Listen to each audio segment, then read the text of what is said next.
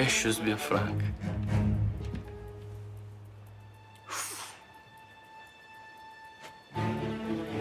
Şimdi ben bir hesap yaptım sevgilim.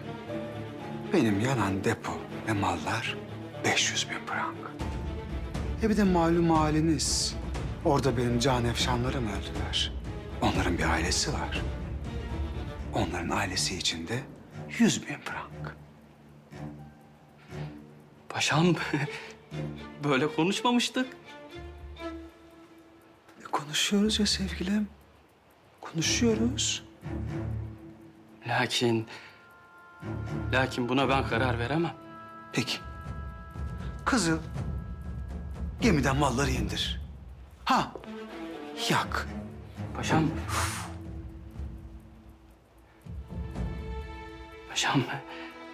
buna ben karar veremem.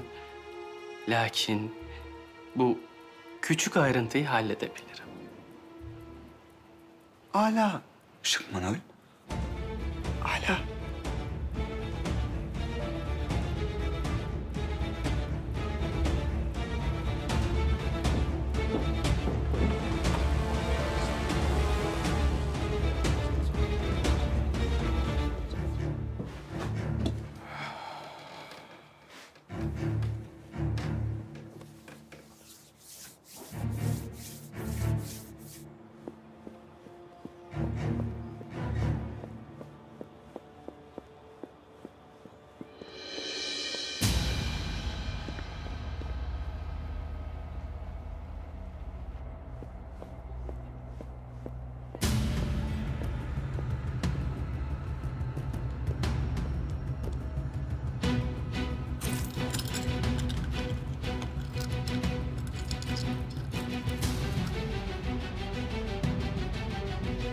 Fehim Paşa'nın istediği miktarı ilave ettim. Gemi açıklarda bir yerde bekliyormuş. Malların hangi gemide olduğunu öğrendikten sonra doğrulamak için ondan zaman iste. Fehim Paşa'nın buluştuğunuz yerde beklemesi çok önemli.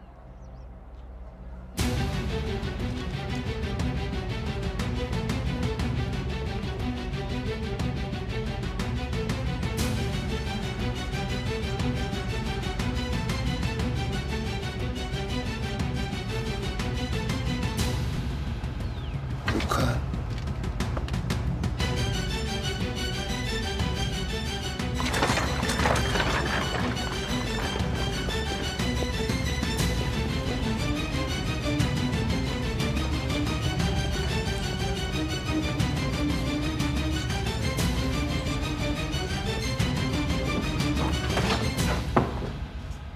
Kızım.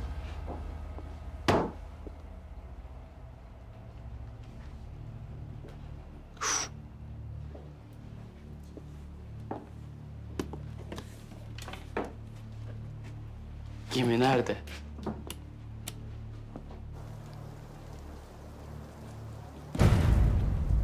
Hala.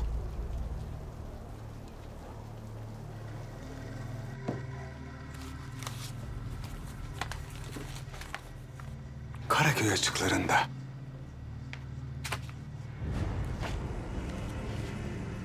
Le Blanc.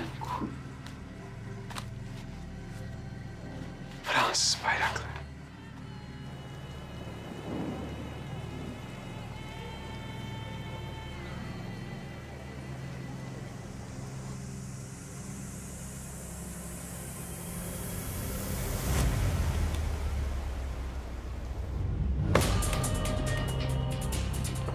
Paşam,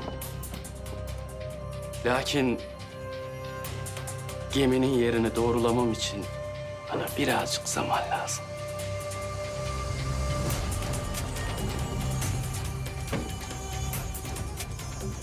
Bekleriz sevgilim. Bekleriz.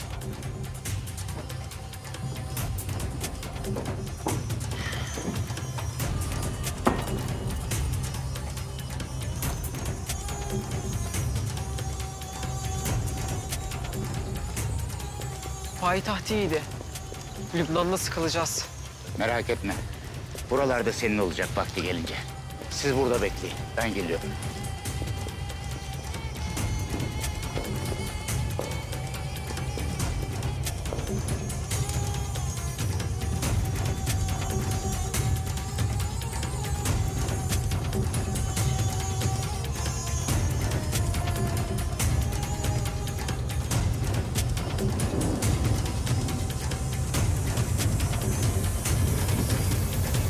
Ben geldim. Sen kimsin?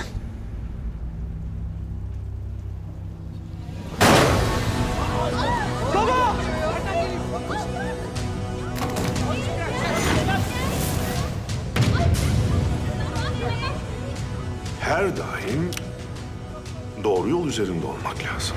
Hata yoluna girerseniz yolun nereye çıkacağı belli olmaz.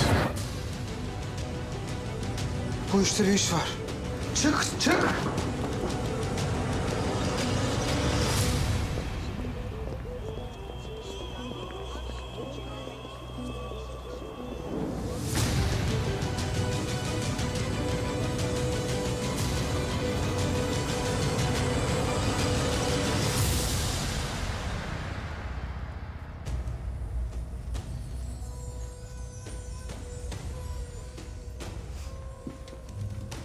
Efendim, randevunuza geç kalıyorsunuz. Tamam.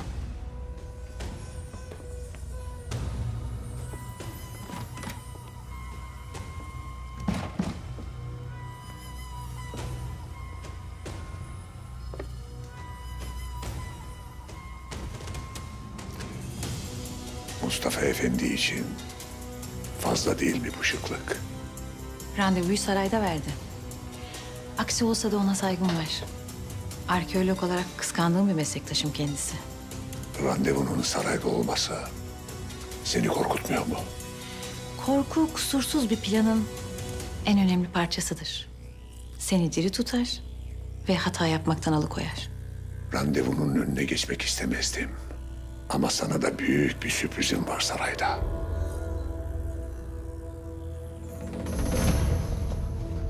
Fredo nerede? Fredo! Takipten sonra gelip söyleyecekti paşam.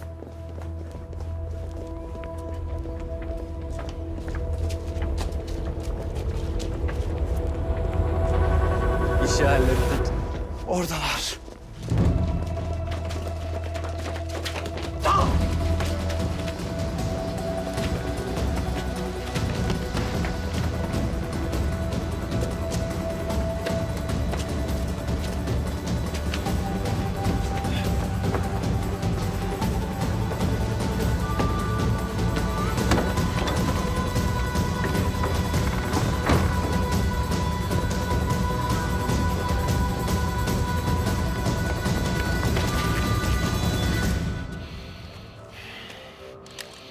Buradasın. Biliyorum sevgilim, buradasın.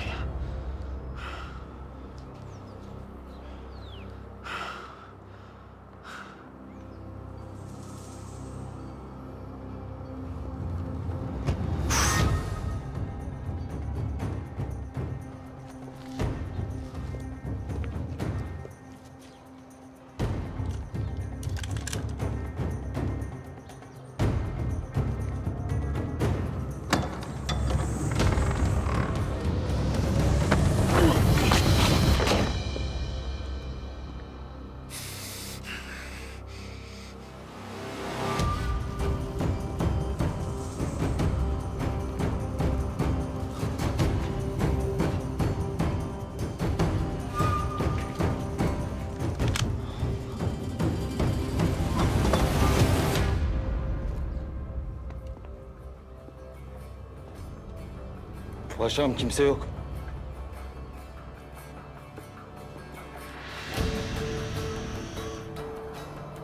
Payitahta birileri iş çeviriyor. Lakin gölge gibiler.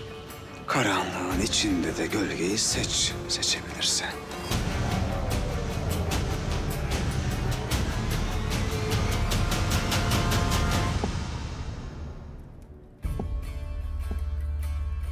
Hünkârım, dalgın görünüyorsunuz.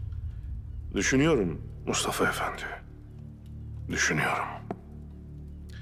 Karşımıza bir adam çıkarıyorlar. Müritleri olan, halifelik iddiası olan bir adam. Buna nasıl cüret ederler? Sahtekarlara inananlar oldukça cüret eden de olur. Daha acı olanı söyleyeyim. Halifelik iddiasında olan adam Hristiyan bir papaz. Ve bu işin arkasında bizim medeniyetimizin peşinde olan tarihin sırlarını arayan bir hanım var. Gertrud Bell. Gertrud Bell. Birazdan gelecek. Tavrınız ne olacak? Bir hanımefendiye nezaketsizlik yapamayız. Gel. Hünkârım, Bel Hanım geldiler. Gelsin.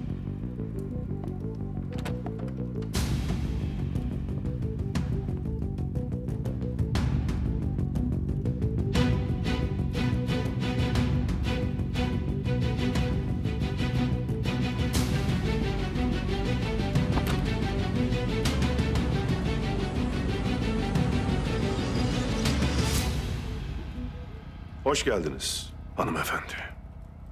Hoş bulduk Hünkâr Hazretleri. Bu ne büyük bir mutluluk. Mustafa Efendi gibi büyük bir arkeoloğun sizinle muhabbet içinde olduğunu görmek. Hünkârımız sayesinde bir müze kurduk. Bizi yakınlaştıran da tarih oldu. Buyurun.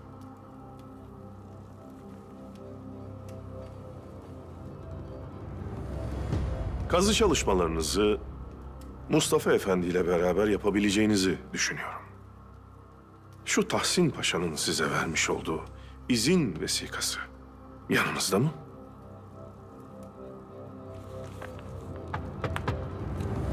Gel.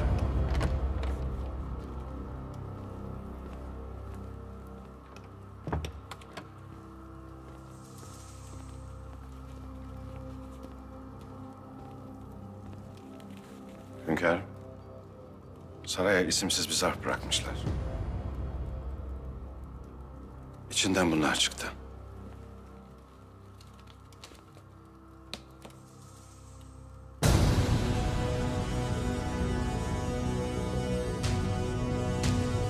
Hünkârım, Fellah Hazuri limanda öldürülmüş.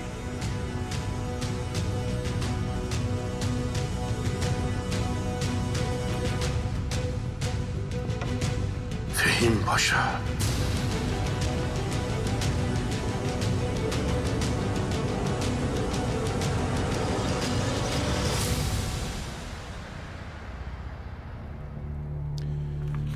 Fehim Paşa'nın elinde silahla orada ne işi var paşa? Bilmiyorum hünkârım. Paşalarınızın cinayetlerine sessiz mi kalırsınız? Biz her gördüğümüze, duyduğumuza inansaydık, emin olun siz de böyle karşımızda olamazdınız. Payitahta niçin geldiğinizi biliyoruz.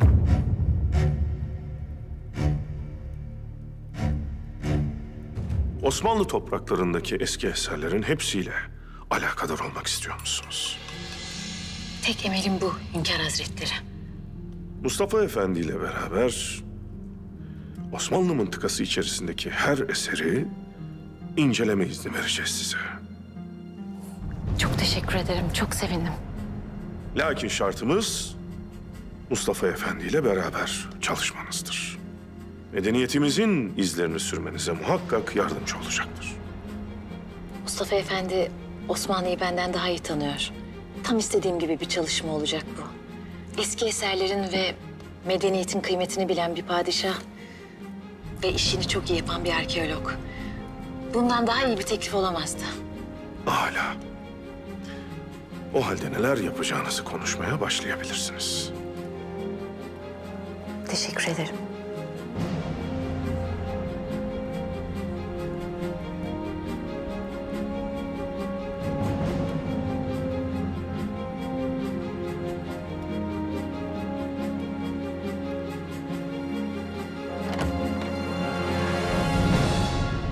Hünkârım, Bel Hanım'ın bizim verdiğimiz mühürle yanlış bir işe kalkıştığını biliyoruz.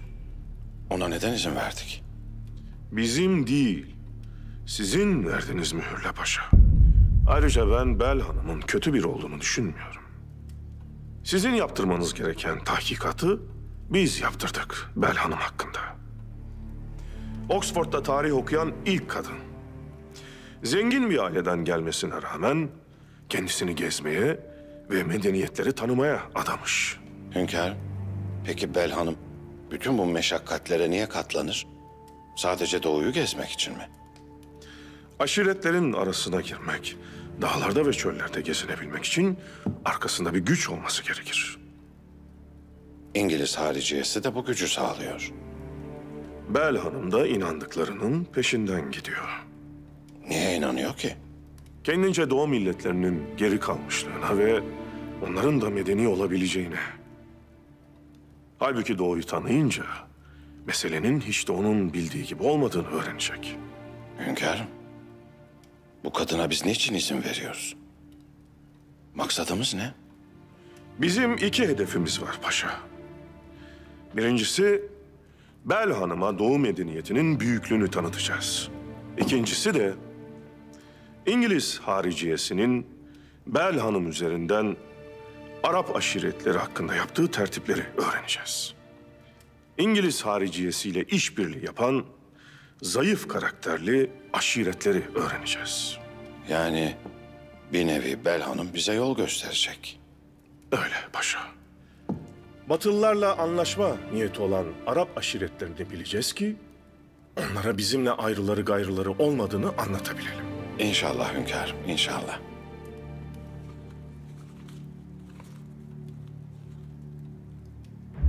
Lakin Fehim Paşa'nın bu fotoğrafları işleri karıştıracak paşa. Azuri'yi neden vurur bu adam hünkârım? Belki de Fehim Paşa'nın bir dahli yoktur bu meselede. Lakin varsa da öğreneceğiz.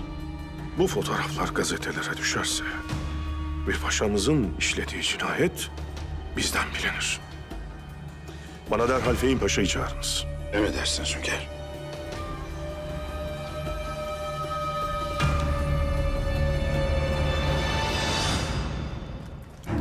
Nerede bu adam? Fredo bize haber getirecekti. Getirdi mi? Görmedik paşam. Şıkmanol'ü takip edip konuştuğu adamı bulacaktı. Ama ortada yok paşam. Çopur. Belli ki bir garibanın evindeyiz. Masaya sadakanı bırak evladım.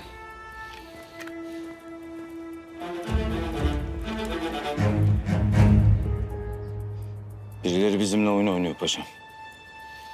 Limanda önümüzde öldürülen herif kimmiş? Tez vakitte öğrenin. Canevşanlar, bilmediklerimiz çoğalıyor. Ve malum haliniz, benim bilmediğim şeyler arttıkça asabım zatürre geçirir. Geçirmesin.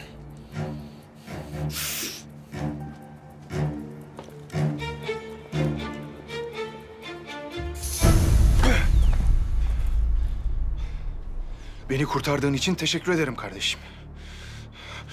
Bu aileyi bırakıp gittiğin için. Bu da beni kurtardığın için.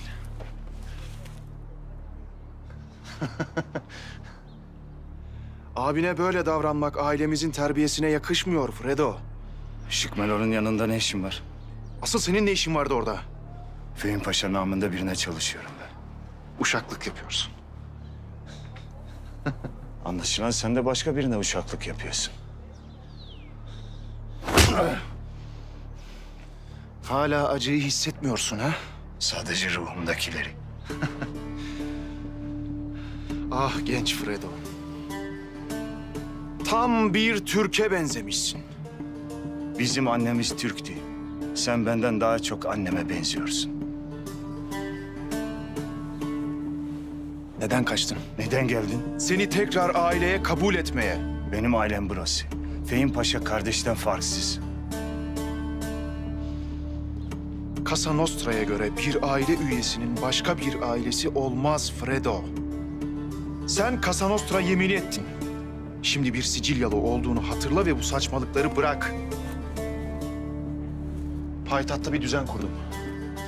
Ve kardeşimi burada bulmak benim için çok büyük bir sürpriz oldu. Yanımda yerin hazır. Senin ailen biziz Fredo. Eski günlerdeki gibi. Günlerin eskimesi kıyafetlerin eskimesine benzemez. Kıyafetlerin eskirse yeni bir tane alamayabilirsin. Ama günler eskirse mutlaka yeni bir gün doğar. Eski günlerle ilgilenmiyorum.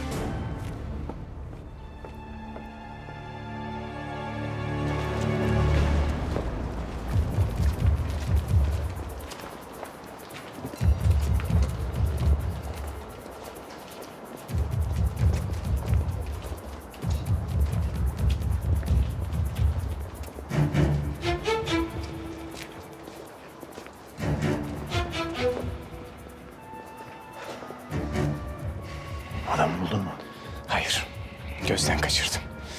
Bir saattir sokak sokak arıyorum. Fehim Paşa'nın o cesetle beraber fotoğrafını çektiler.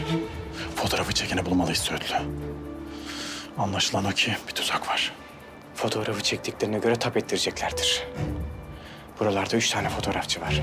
Tamam, ben gidip onlara bakayım. Sen de saraya dön. Hünkârımıza ne diyeceğiz?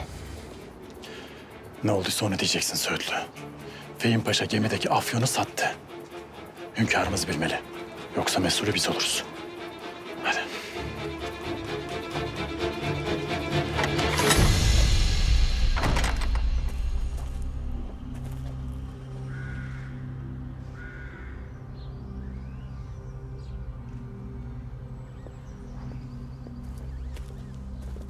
Hayırdır Fredo? Yelkeni kırılmış kadırga gibi yönünü mü şaşırdın? Bağışlayın paşam. Bağışlayın paşam. Bu şık Manol'ü takip edemedin mi demek? Takip ettim ama... Ama kiminle görüştüğünü göremedin. Gözden kayboldu. Şık Manol'ü göremedim paşam. Fredo, verilen görevi hakkıyla yerine getirmemek çok yanlış. Yanlış.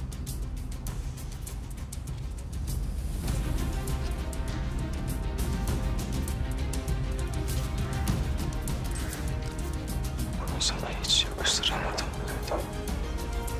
Hiç.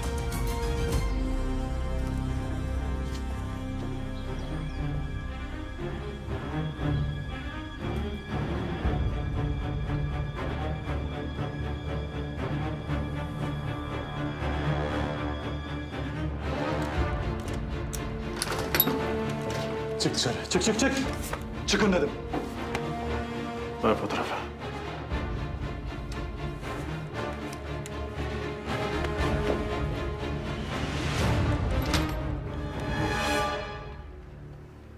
Başka kime verdin? Bir nüsha tap etti. Onu da getiren aldı gitti. Başka hiçbir şey bilmiyorum.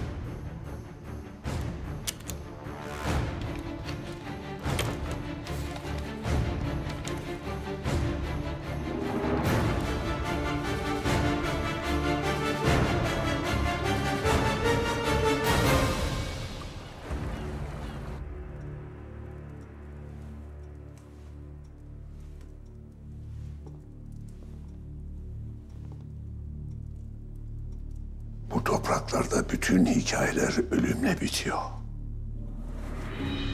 Ne acı değil mi?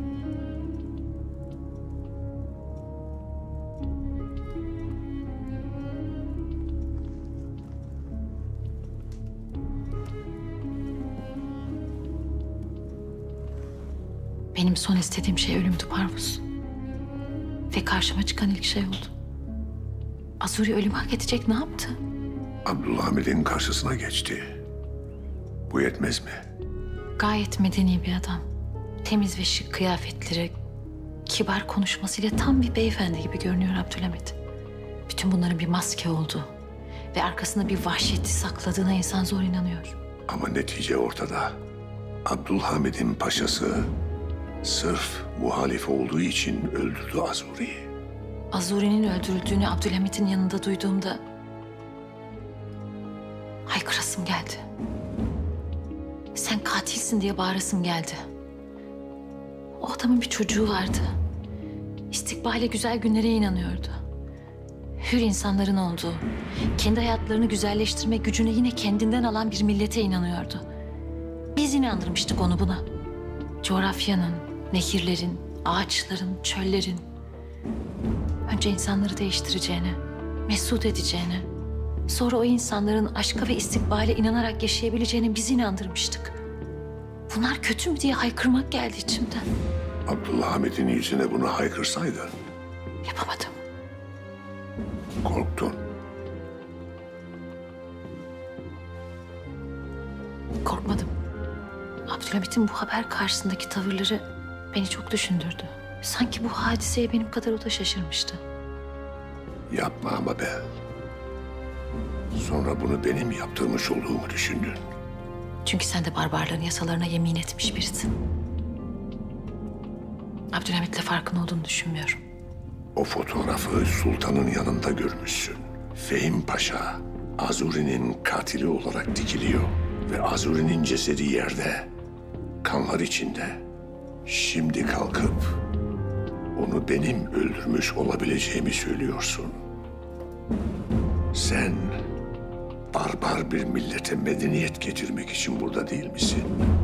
Öldürmek, Türk için su içmek gibidir. Abdülhamid'in hiç düşünmeden Azuri'nin ölüm emrini verdiğine eminim. Burada benim tek suçum belki bunu bilmekti. Sen Abdülhamit'in Azuri'nin ölüm emrini vereceğini biliyor muydun? Abdülhamid'in muhalefet karşısında nasıl davrandığı bir sır değil. Bu işi kime yaptıracağını da biliyordum. O yüzden de fotoğraflattım.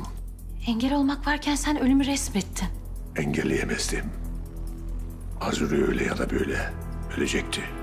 Neden Parvus, neden? Azuri bana ve fikirlerime inanmış bir adamdı. Katledilmek için ne yaptı? Medeni bir dünya istemek, ölmek için bir sebep mi bu topraklarda? Burası senin dünyanı temiz tutacak kadar pak bir yer değil Bel. Bu devletten paşalık payesi almış birisi Azuri'yi katletti. Bunu da sadece biz, Abdülhamit ve birkaç adamı biliyor. Ne yazık. Yarınki gazeteleri okumanı tavsiye ediyorum. Abdülhamid'in elindeki fotoğraf yarın gazetelere basılacak.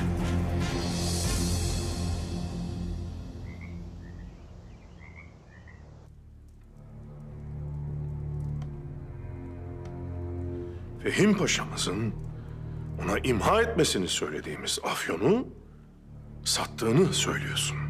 Hünkârım, hem gördük hem işittik.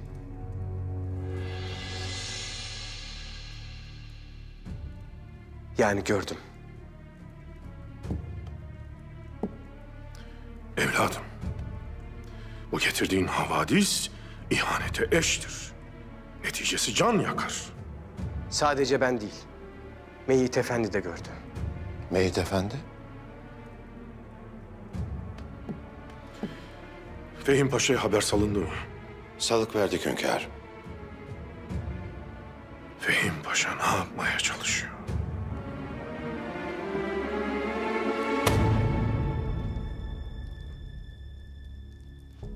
Bu limanda öldürülen adam kimmiş? Fellah Azuri namında bir adam paşam. O ne yahu öyle? Ahmet Mithat Efendi romanları gibi. Hasan, Mellah, Hüseyin, Fellah.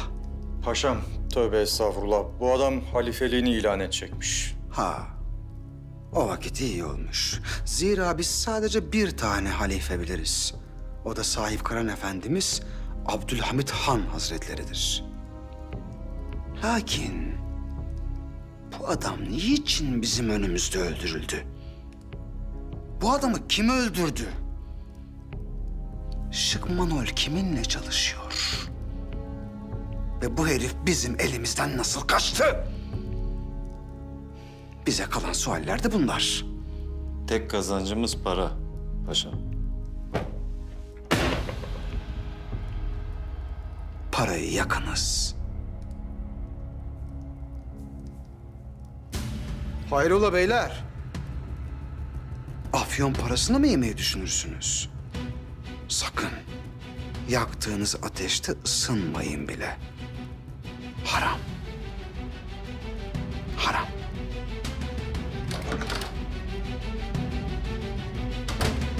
Paşam, saraydan çağrılıyorsunuz.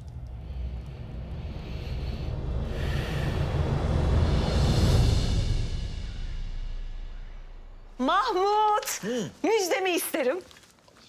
Allah! Hayırdır Senihan? Yoksa sadrazam olduğumun haberini mi getirdin? Hayır Mahmut, Handan bize mektup yazmış. Bak, bir de fotoğrafını göndermiş. İyi de Senihan şimdi Allah aşkına. Bunun neresi müjde? Ama Mahmut, bak görmüyor musun? Handan hamileymiş. İyi kucağına almayı da Allah nasip etsin inşallah. Amin. İnşallah bu sefer sağ salim doğar yavrucak. Düğüne mi geliyorlarmış? Yok. Mehmet Selim gönülsüzmüş. Hünkârımız bu Abdülkadir'in yaptıklarını hep affedebildi de... diğer oğlu olan Mehmet Selim'in yaptıklarını affedemedi.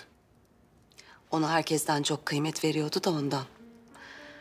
Mehmet Selim'in ona karşı çıkması abimi hakikaten çok üzdü. Halbuki tartıştıkları şeyler de... incir çekirdeğini doldurmayacak mevzulardı.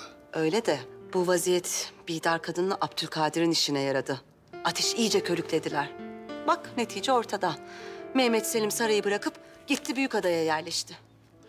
Hünkârımız ara ara Mehmet Selim'i hep andı. Demek ki hünkârımız da Mehmet Selim'i özlemişti. Özler elbet. Özlemez mi? Bir kere Mehmet Selim abimin en akıllı, en güvendiği oğluydu. Ama şimdi yanında yok maalesef. Biliyor musun Mahmut? Ben de çok özlüyorum onları. Mehmet Selim de Handan da benim evladım gibiler. Ellerimde büyüdüler. Ben büyüttüm, evlendirdim. Bak şimdi hasretlerini çekiyorum. Paşam, bir zabit geldi. Sizi görmek istiyorlar. Ne sebepten görmek istiyormuş? Sabahattin Efendi ile alakalıymış. Al evladım içeri, al evladım. Hayırdır?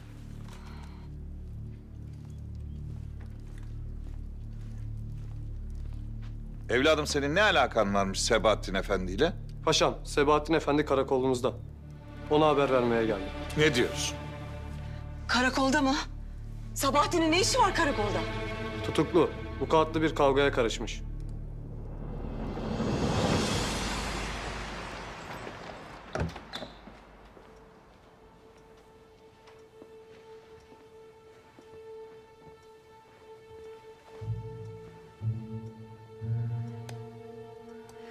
Bu broşu geri vermemiz lazım Pakize. Sabahattin Efendi ile evlenmeyeceğine göre bizde kalması münasip değil. Neyse ki daha iyi bir kısmetin var. Şehzade Abdülkadir neden evlenmek istiyor ki benimle? Çünkü sen göz kamaştıracak kadar güzel bir kız. Asil bir aileden geliyorsun. Ben şehzadenin gözlerinin içine baktım. Zerre kadar sevgi kırıntısı yoktu abla. Şehzade yeni bir buhran geçirdi. Daha yeni toparlanıyor. Benim ağzımdan bir söz çıktı. Sabahattin'e evet dedim ben. Seniha Sultan da hayır dedi. Bu izdivacın olması artık mümkün değil Pakize. Olmasın. Benim zaten evlenmek gibi bir niyetim yoktu. Birkaç gün önce birine evet dedim. Şimdi başka birine daha evet diyemem abla. Bunu yakıştıramam kendime. Başkası dediğim bir şehzade. Sarayda sultan olmak yerine bu çöplükte yaşamayı tercih ediyor olamazsın.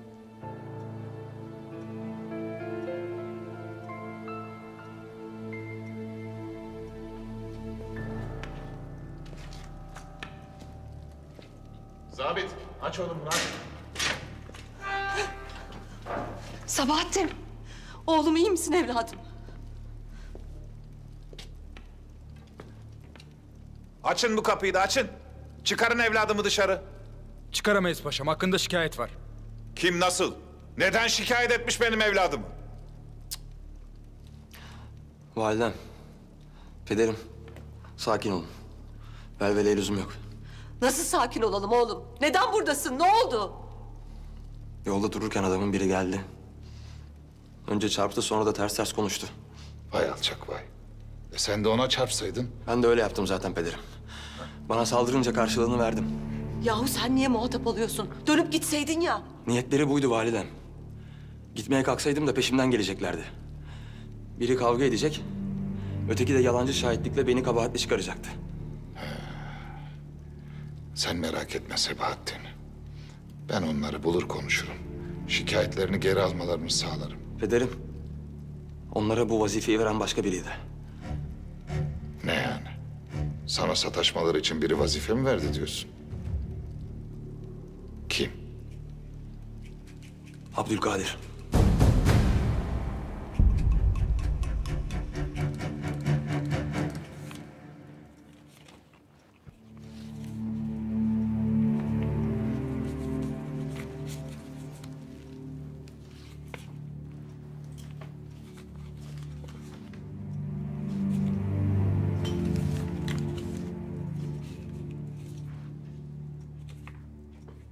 fotoğrafları siz mi çektiniz? Evet.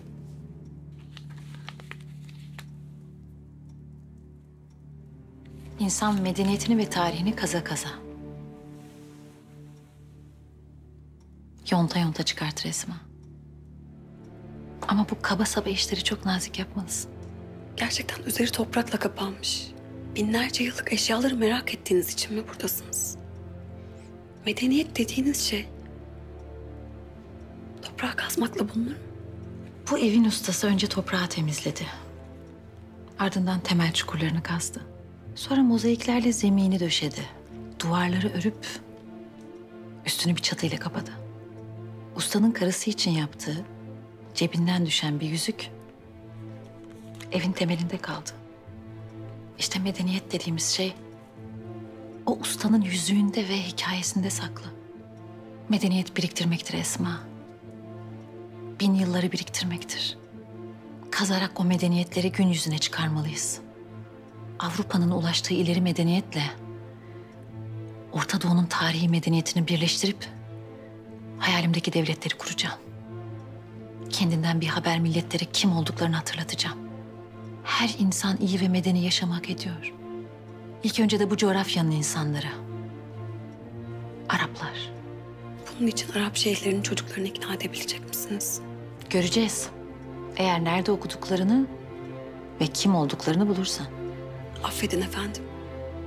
Henüz bulamadım. Arap aşiretlerinin çocukları bizim için çok mühim Esma. Zihinleri henüz kirletilmeden onları fikirlerimize inandırmalıyız. Abdülhamit Orta Doğu'da kopacak tufanı çok iyi biliyor. O çocukları buraya getirmesi boşuna değil, gizli tutması da. Fransız ihtilalinin başlayıp bittiğini sanıyorlar. Ama son imparatorluklar yıkılmadan, ulus devletler kurulmadan bitmeyecek. Arap talebeleri artık bulmamız lazım Esma. Arap gençlerin hepsi burada mekteplere gidiyor. Ben Marif Nazırlığından isimlerine ulaşmaya çalışacağım. Çok yakın zamanda bulacağız.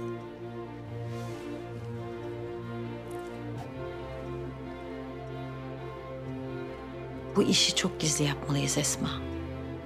Abdülhamit Azuri'yi acımadan öldürttü. Kahroluyorum.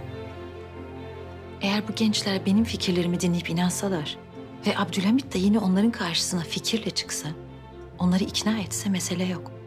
Ama fikirlere kurşun sıkıyorlar payitahtta. Bunun olmaması için de gizli hareket etmeliyiz. Anladın mı?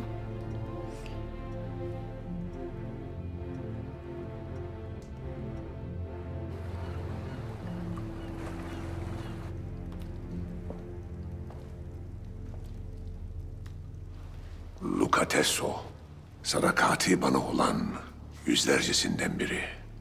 O sizi tanıyor. Siz de bu kadarını bilin. Kafi. Bize anlatacakları var. Sizin de duymanızı istiyorum. Gertrude Bell neden burada? İngilizler sizin burada yaptığınız mücadeleyi yetersiz buluyorlar Bay Parvus. Bell onların ikinci planı. Gertrude Bell kim? Doğu aşığı bir macera perest. Elinde medeniyet tohumları olduğunu sanıyor ve doğuya medeniyet ekmek istiyor. İngilizler ne umut ediyor bu hanımefendiden? Yumuşak güç olarak kullanacaklar. İnsanlarla iletişim kurma kabiliyeti çok yüksek. Arap aşiretlerini Osmanlı'dan koparmak ve petrollerini sömürmek istiyorlar. İngilizlerin Bell'in de bilmediği büyük planları var. İngilizler artık sizi başarısız buluyorlar. Ben kaybedersem hepiniz kaybedersiniz. Tekrar bize inanmalarını sağlayacağız. Gücümü herkese göstereceğim. Size son kez soruyorum. Yanımda mısınız?